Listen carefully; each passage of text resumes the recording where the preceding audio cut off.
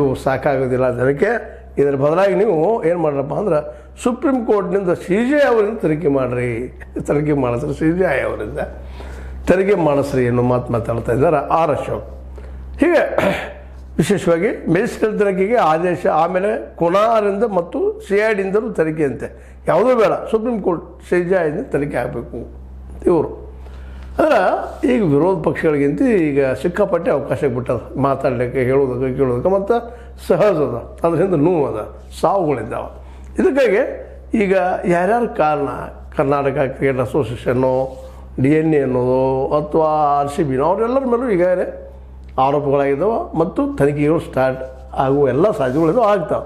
ಆದರೆ ಈ ಸಂದರ್ಭದಲ್ಲಂತೂ ಇದನ್ನು ಆದಷ್ಟು ಈ ಘಟನೆಯನ್ನು 11 ಜನರ ಸಾವನ್ನು ಒಂದು ಅಗ್ದು ಕೆರೆ ಇಳಿಸ್ಕೊಂಡು ನಾವು ಬಚಾವ್ ಆಗಬೇಕು ಅನ್ನೋ ದೃಷ್ಟಿ ಇಟ್ಕೊಂಡು ಆಡಳಿತಾರೂಢ ಪಕ್ಷ ಪ್ರಯತ್ನ ಮಾಡ್ತಾಯಿದ್ರೆ, ವಿರೋಧ ಪಕ್ಷದಿದ್ದು ಇದನ್ನೇನಾದರೂ ಮಾಡಿ ಇದರಲ್ಲಿ ಜನರಿಂದ ಇವ್ರನ್ನ ಎಷ್ಟು ಸಾಧ್ಯರು ಟೀಕೆ ಮಾಡಿಸಿ ಇವರು ತಪ್ಪಿತಸ್ಥರಪ್ಪ ಅಂತ ಪ್ರೂವ್ ಮಾಡುವಂಥದ್ದು, ರಾಜೀನಾಮೆ ಕೊಡಿಸುವಂಥ ಕೆಲಸ ಮಾಡಬೇಕಂತ ಜಂಟಿಯಾಗಿ ಇಲ್ಲಿವರೆಗೆ BJP ಮತ್ತು JDS ಬೇರೆ ಬೇರೆ ಏನೋ ಹೇಳಿಕೊಡ್ತಾಯಿದ್ರು. ಈಗ ಒಕ್ಕಟ್ಟಿನಿಂದ ವಿಶೇಷವಾಗಿ HDK, ನಮ್ಮ ವಿಜೇಂದ್ರ ಅವರು, ಜೊತೆಗೆ ಆರ್ ಅಶೋಕ್ ಅವರು ಇವತ್ತು ಪೂರ್ಣ ಪ್ರಮಾಣದಲ್ಲಿ ಅವ್ರ ಮೇಲೆ ದಾಳಿ ನಡೆಸಿದ್ದಾರೆ.